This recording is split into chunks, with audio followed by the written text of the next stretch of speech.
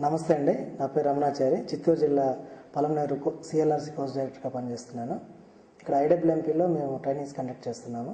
Trainings అన్నీ కూడా TNA ద్వారా, అంటే ట్రైనింగ్ నీడ్ అనాలిసిస్ ద్వారా చేసి ఒక ప్రాసెస్ ప్రకారంగా ఐడబ్ల్యూఎంపీలో ఉన్న అన్ని స్టేక్ హోల్డర్స్, అంటే project officers, technical officers, watershed assistants, watershed committees, user groups, ఎస్హెచ్జీస్, సిఎంఎస్ఏ సంబంధించిన కమ్యూనిటీ యాక్టివిటీస్ అందరినీ కూడా ఏ స్టేక్ హోల్డర్స్కి ఏమేమి ట్రైనింగ్స్ అవసరం అనేది మేము దృష్టిలో పెట్టుకొని ఒక వర్క్షాప్ లాగా కండక్ట్ చేసి ఆల్ స్టేక్ హోల్డర్ వైజ్ మేము కూడా ట్రైనింగ్స్ని డిజైన్ చేయడం జరుగుతుంది.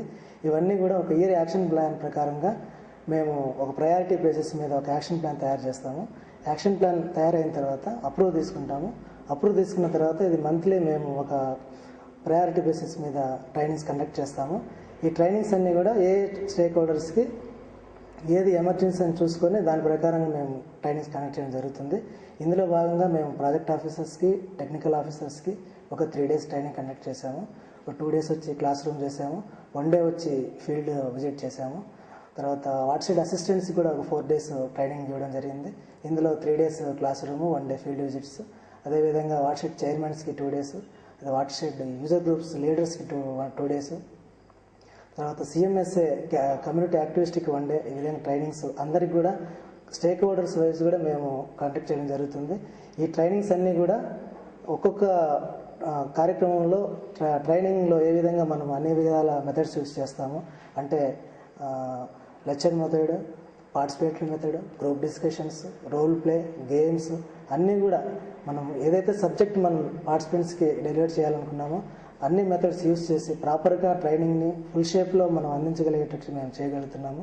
ఇందులో కోర్స్ డైరెక్టర్గా నా రోల్ రెస్పాన్సిబిలిటీ ఒక ట్రైనింగ్ కండక్ట్ చేసే ముందు ఆ ట్రైనింగ్ సంబంధించిన సెషన్ ప్లాన్ డిజైన్ చేసుకోవడము, అది ఎన్ని రోజులు ఏం చేయాలని డిజైన్ చేయడము, తర్వాత దానికి సంబంధించిన రిసోర్స్ పర్సన్స్ని ఐడెంటిఫై చేయడము, వాళ్ళ కమ్యూనికేషన్ ఇవ్వడము, అదేవిధంగా దానికి వచ్చే పార్టిసిపెంట్స్కి కూడా ముందుగా ఎవరైతే నెక్స్ట్ కేటగిరీ ఉన్నారో వాళ్ళ ద్వారా పార్టిసిపెంట్స్కి మేము మొబిలైజేషన్ చేయడము, వాళ్ళందరూ వచ్చిన తర్వాత ఆ ట్రైనింగ్ 2 days కానీ 1 day కానీ ప్రాపర్గా ట్రైనింగ్ మెథడాలజీలో మేము కంప్లీట్గా ఆ ఉన్న ప్రోగ్రామ్ని ఫుల్ఫిల్గా చేయడము, అయిపోయిన తర్వాత వాళ్ళకి ఫీడ్బ్యాక్ తీసుకోవడము, ఫీడ్బ్యాక్ని అనాలిసిస్ చేయడము, డాక్యుమెంటేషన్ చేయడము అన్నీ అయిపోయిన తర్వాత ఈ యూసీ అనేది మళ్ళీ సబ్మిట్ చేయడం జరుగుతుంది.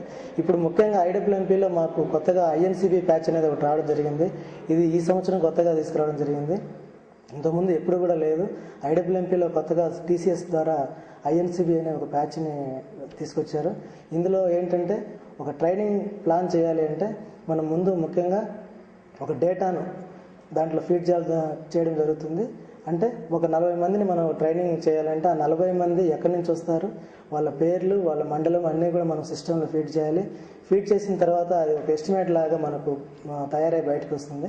అది వచ్చిన తర్వాత మనం దానికి అప్రూవ్ తీసుకొని ట్రైనింగ్ కండక్ట్ చేయడం జరుగుతుంది. ట్రైనింగ్ అంతా కూడా మనం ట్రైనింగ్ ప్రాసెస్లో కండక్ట్ చేసిన తర్వాత ఫుల్ షేప్ అయిపోయిన తర్వాత డాక్యుమెంటేషన్తో కూడి మనం యూసీని సబ్మిట్ చేయడం జరుగుతుంది. యూసీ సబ్మిట్ చేసి మళ్ళీ క్లియర్ అయిన తర్వాత మళ్ళీ నెక్స్ట్ ట్రైనింగ్ కూడా సేమ్ ఇదే మాదిరి చేయడం జరుగుతుంది. ఈ మాదిరిగా మేము చిత్తూరు జిల్లాలో ట్రైనింగ్స్ అన్ని కండక్ట్ చేయడం జరుగుతుంది.